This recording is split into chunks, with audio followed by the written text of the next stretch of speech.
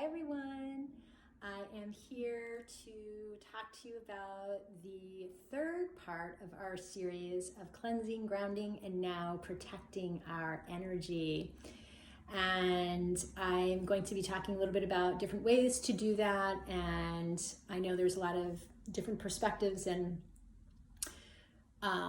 different understanding of what protecting our energy might be or mean. And I'm going to cover a couple different things that I feel have been very helpful to myself over the years, as well as with clients that I've worked with. And hopefully it's really helpful for you.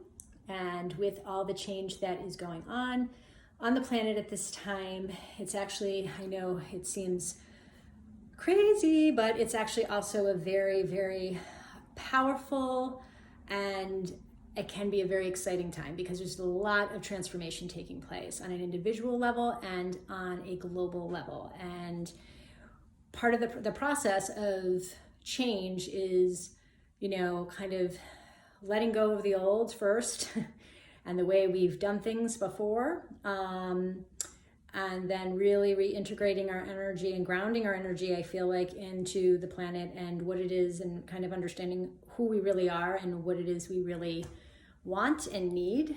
And then protecting our energy is a big part of this, because going through this healing process leaves us in a very vulnerable place on many levels. And so I'm going to talk a little bit about how we can go through this process and protect ourselves.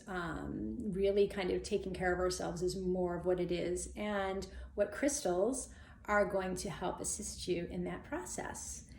So one of the ways that I feel is really almost a little basic, but it might seem somewhat simple, but it can actually be very difficult, is to set boundaries for ourselves. And when I talk about setting boundaries, that has to do with what is okay for us, what is a negotiable, and what's a non-negotiable. What is, when we're maybe not feeling our best and we have some type of an obligation or something that we would typically go do, but we're really not feeling up to it because we've been maybe going through this healing process or anything that just, it doesn't even matter. We're just not feeling like we can participate and be our best selves.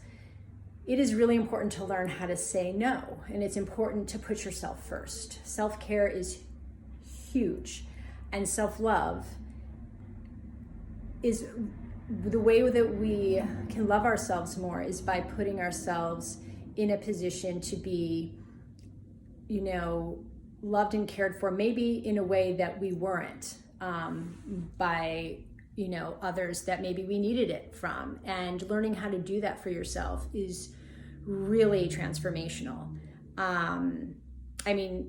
If I were to talk about some of the things I've experienced over time and having to relearn how to care for myself in areas that I wasn't cared for, it's definitely a process. It's like, it's a process of really digging into those areas. And once I understood a lot of that and understood that I needed to really take care of myself, setting boundaries really did start to become a little easier. And I also started to feel a lot better. And I started to just really become more clear. And I was able to really move through life in a whole different way that I didn't even think was possible. So what I'm going to talk about with that is really listening to your intuition on that, right? So we really need to open up our intuition in order to know when we need to do these things. Like, when is it that, something doesn't feel right? When is it that something feels like, my logic mind is saying I should do this because this person is relying on me, or I should do this because I always do and I have to do this, or whatever it is, the story that you tell yourself or somebody else is telling you. But inside you're feeling like, oh my God, all I want to do is curl up in a blanket and just nurture myself and feel better, or whatever it might be. I'm using that as an example, but it could be something else that you need to do for yourself in the moment. because for whatever reason. So with raising our intuition and opening our intuition, there's various ways we can do that. Through meditation, obviously, is the first thing I always talk about, because that always opens our intuition, starting with, if you haven't meditated before, starting very small and then increasing your time. Starting with guided meditations and visualization is a lot easier, and focusing on your breathing, obviously, and doing small amounts of breathing exercises throughout the day. But as far as crystals that can help you with that and that can assist you with really increasing your intuition, a lot of those I put in our peace line, and amethyst, as you guys all know, is a very common stone. It is also considered very protective in general, but I feel like as far as the connection to protection that it has by helping you to open your intuition, is that when you know something, even if it's not being presented to you, and you know the truth because your intuition is strong enough to understand, your decision making is much more effective, and it's much more aligned with what it needs to be. Okay? So understand the connection with opening up our intuition and how that's like helping us to hold our power into making better decisions, and then therefore we're protecting ourselves from bad situations. Okay, so amethyst is a great one for that. Fluorite, also wonderful. Focuses on opening up intuition. We have fluorite mostly from Mexico. Rainbow fluorite, green fluorite. Do you have any other pieces out here? I think we have some in the back. Selenite also is a good one, believe it or not. It does help you to connect to your higher guidance system. And I feel like when you are meditating and opening up your intuition, that's part of who is helping you, whether it be source, God, and then, your angels, guides, really are there to give you messages to help you. The universe is always working for you. It's not really working against you, it's working for you. So really opening yourself up and understanding that you can get a lot of guidance and support that way. And so the more we open up our intuition, the more we can receive that. Let's see. Well, lapis also, and that's part of our expression line, that also does focus on the third eye and how we express ourselves, but it does help open up intuition as well. Let's see what else we have here. Lepidolite is a great stone that's a little bit stronger than amethyst. If you're feeling anxiety, it's very good at balancing anxiety and balancing the emotions very quickly. And it's also, I believe, opens up your intuition. So a lot of the purple and the lighter, obviously crystal quartz is a really great one. We have, let's see, some over here. We have smaller pieces. Sorry about that. Points. All you need is a little point to work with when you meditate. It helps align your energy and, align your chakras so you can be really clear. It's great for keeping you clear and releasing any energy. It's actually very protective in the sense that it does, constantly clear out energy so nothing gets stuck. That's at least how I find that it works for me. There's a lot of different ways to interpret that. So boundaries really are important in protecting ourselves. There's also energetic boundaries, right? So we have physically being able to say no or to set higher standards as to what it is that is okay for us and what isn't. What is it that we want to engage our energy in, and what is it that we don't? And that can be, again, with whatever you engage in, with whether it's socially or whether it's things that you watch or things that you buy or anything that you participate in activity-wise that either feels good to you or doesn't. And what's good for one person may not be good for another, but still can be good for somebody else. So this is no judgment on the particular activity or the particular people. So you just have to remember, we're all individuals and we're all at different places, and there's no right or wrong here. It's just about really focusing on your own self-growth and being able to really listen to what's best for you. Energetically protecting yourself, there's lots of meditations you can do where you are really bringing in light and creating a bubble around yourself. I've done some where I'm create a bubble, a wall, a fire, like depending on what kind of situation I'm going into. Not something I do necessarily all the time. I don't do the same thing all the time. So it really depends on how much I feel I need and what kind of situation I'm dealing with. But there are particular stones that are kind of build a shield around you in so many words that reflect negative energy back off so it doesn't penetrate into your energy fields. And a really popular one that most people are familiar with is black tourmaline. I have most of my grounding and a lot of the protective stones here on the bottom of my shelves here. See if you can see. And I think I'll probably do a video if you guys are interested in some of these different categories and a little bit more in depth, if people would be interested in that.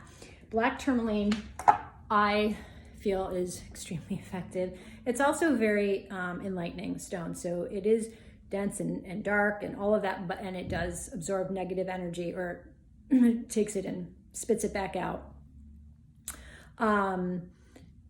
It's best known for that, but it also has some other really wonderful qualities. So I feel like it's really great for many people. I always talk about how, certain stones aren't going to resonate with you just because they have particular qualities. You can find another stone that has similar qualities that resonates better if this isn't right for you. But tourmaline seems to be good for a lot of people.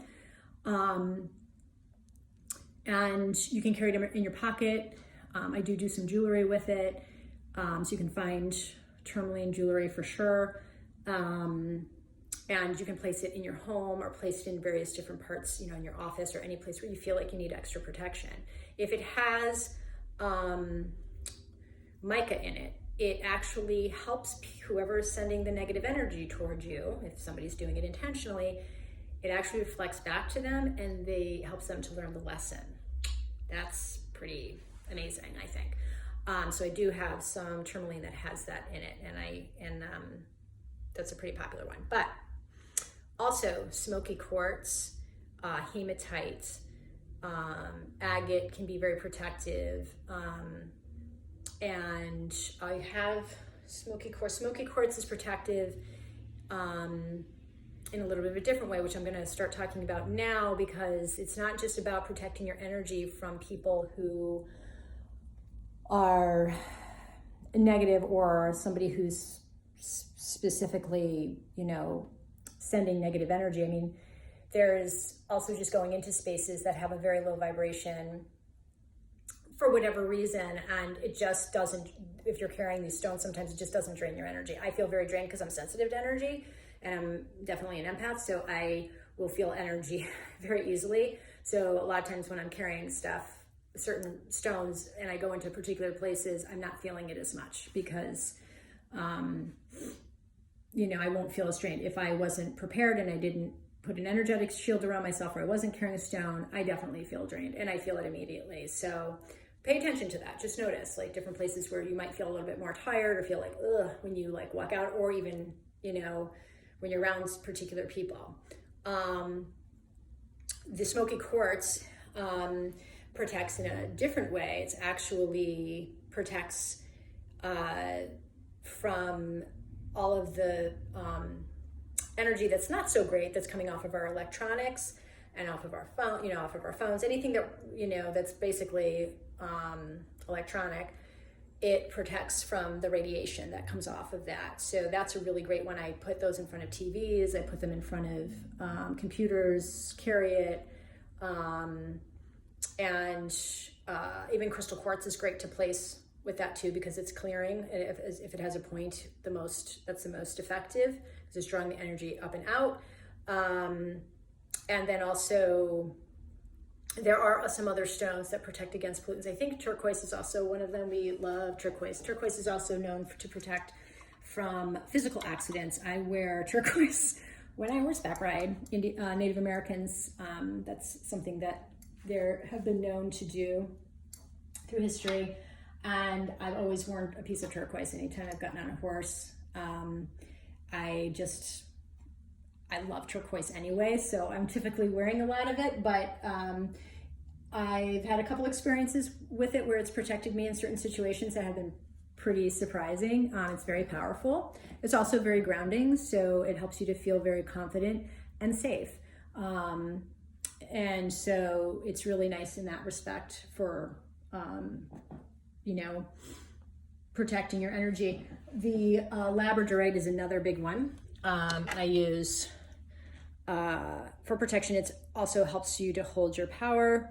A lot of people will carry labradorite or wear it when they travel. I've done a lot of necklaces for people who travel a lot, and feel like that's what resonates with them the most, as far as keeping them protected and keeping their energy protected, and them not having to necessarily think about it so much.